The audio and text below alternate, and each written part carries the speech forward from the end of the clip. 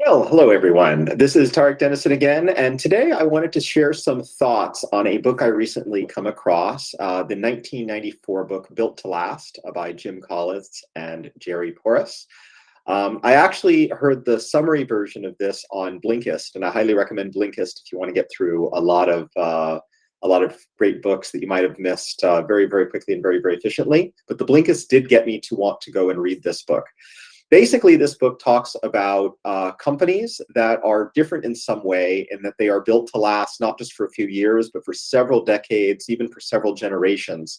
It talks about features of company culture, how the employees have almost kind of a belief and a feeling of belonging in these companies in ways that many other companies don't manage to instill in their employees, and also talks about things like succession planning, about how some great leaders and some great CEOs actually manage to plan their succession years in advance of their departure. So in this video, I wanted to just briefly share some of my thoughts and follow-up thoughts I had on some of the companies that I heard in this book, companies that Jim Collins identified as companies that were built to last. Many of these are companies that you would have heard of, IBM, 3M, Merck, and so forth.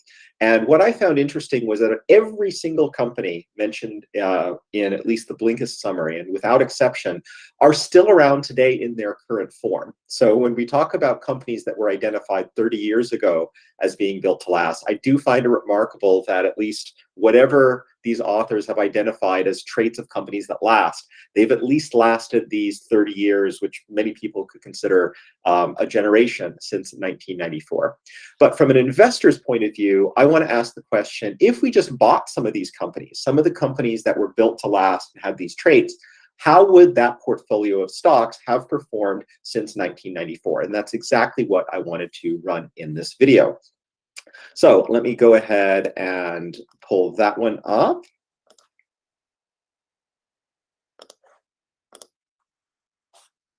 So it was a little tricky to decide how exactly I wanted to do this. At first, I went to Y charts and Koyfin, my usual data sources for things like this.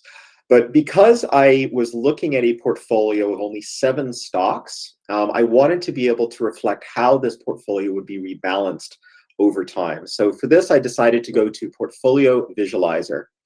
I highly recommend Portfolio Visualizer if you haven't used it yet. You can just go to the main site, portfoliovisualizer.com, go to Backtest Portfolio, and here it gives you the option to create a backtest of a portfolio over any period of time, and how, for example, do you want to do rebalancing? Here I've said I want to do annual rebalancing, although of course you clearly have other choices, and I chose 7 of the companies that I identified or that I remembered from the book. I wasn't really trying to cherry pick. I was trying to pick as many as possible.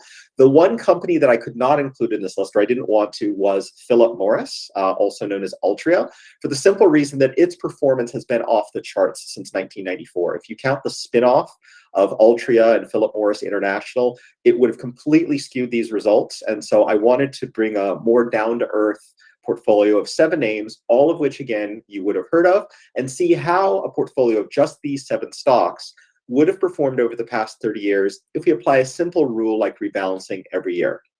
So these 7 companies are IBM, GE, also known as General Electric, 3M, Minnesota Mining and Manufacturing, the drug maker Merck, Walmart, the super retailer, Hewlett-Packard, which also had a spinoff between Hewlett-Packard Enterprises, of course, the acquisition of Compaq, which is why it changed its ticker. Another story there, but I think the returns are accurate enough. Disney, and I'm comparing all of these to the S&P 500 Tracker Fund, SPY, which was launched in 1993, quite conveniently. So it gives us a good, almost 30-year run of your S&P 500 passive index fund versus a portfolio of these 7 stocks. And again, I'm applying an annual rebalancing strategy just to keep things in check, just to keep this a balanced portfolio here. Now, let's go ahead and see how this did. I think any of you who are a believer either in passive index funds or buy and hold, I would highly recommend you pause here, think a little bit about how you think this portfolio would have done. I'm about to scroll down and show you how the two did. So these are the results according to Portfolio Visualizer from January 1994 all the way through August of 2022.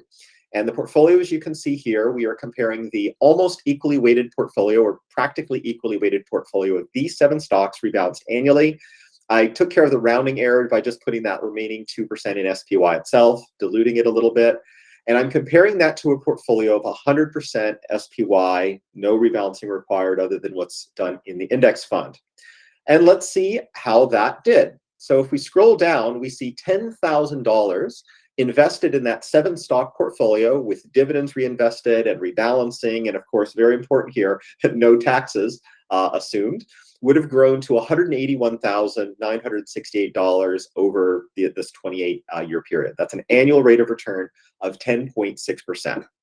Compare that with $10,000 invested in the S&P 500 index fund, which would have grown to $142,979, a rate of return of 9.72%. So certainly over an investment lifetime, this is a significant enough difference. It's about almost 1% per year. It's tens of thousands of dollars in final return difference. But some of the other metrics that are worth looking at are the difference in, say, the worst year.